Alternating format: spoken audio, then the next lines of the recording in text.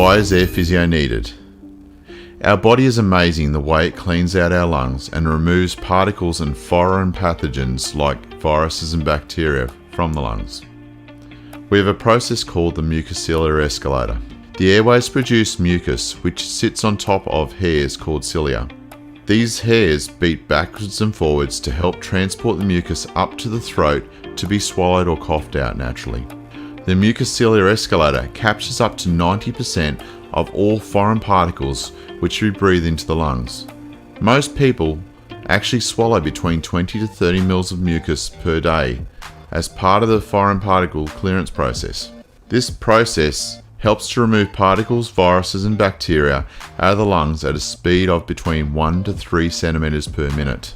The problem is that sometimes our lungs are bombarded with large numbers of particles like smoke, pollution, bacteria and viruses over a longer period of time. This may lead to an excessive amount of mucus creation. The mucus becomes contaminated and changes colour from a clear fluid through to yellow, light green and then dark green.